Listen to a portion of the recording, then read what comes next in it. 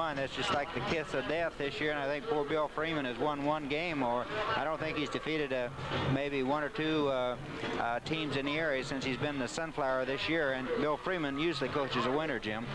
Well, you're right about that, Bob. And speaking of winners, I want to mention to you that the Milton Vale Pirates were victorious last weekend. They defeated Glasgow by a score of 46-8.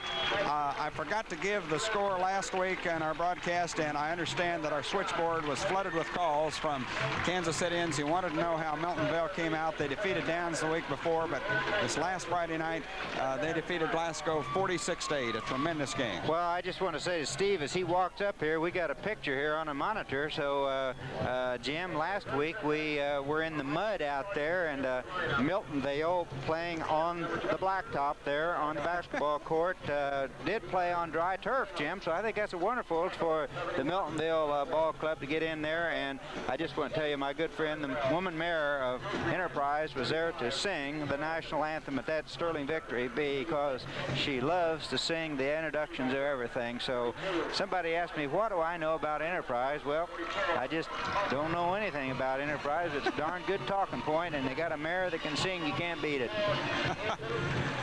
Well, we're about ready to get this game underway here as the teams have broken away from their coaches. Head coach Harold Wamsgans below us here, and across the way head coach Bill Leonard as they pace the sidelines looking at their charges. And I want to tell you, these two kids, these two teams have kids on them that are ready to play football, and they are fired up this evening.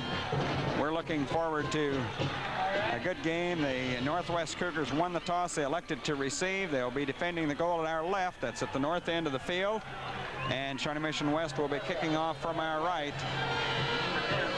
Jim, one of the things before this kick goes in the air, I look around, I look down there, I see the numbers, I see our roster. I think we got some sophomores suited up tonight for both schools here. I think this must be really a trip for them here to come out here tonight to see the game out here. So a lot of numbers we may not be able to identify.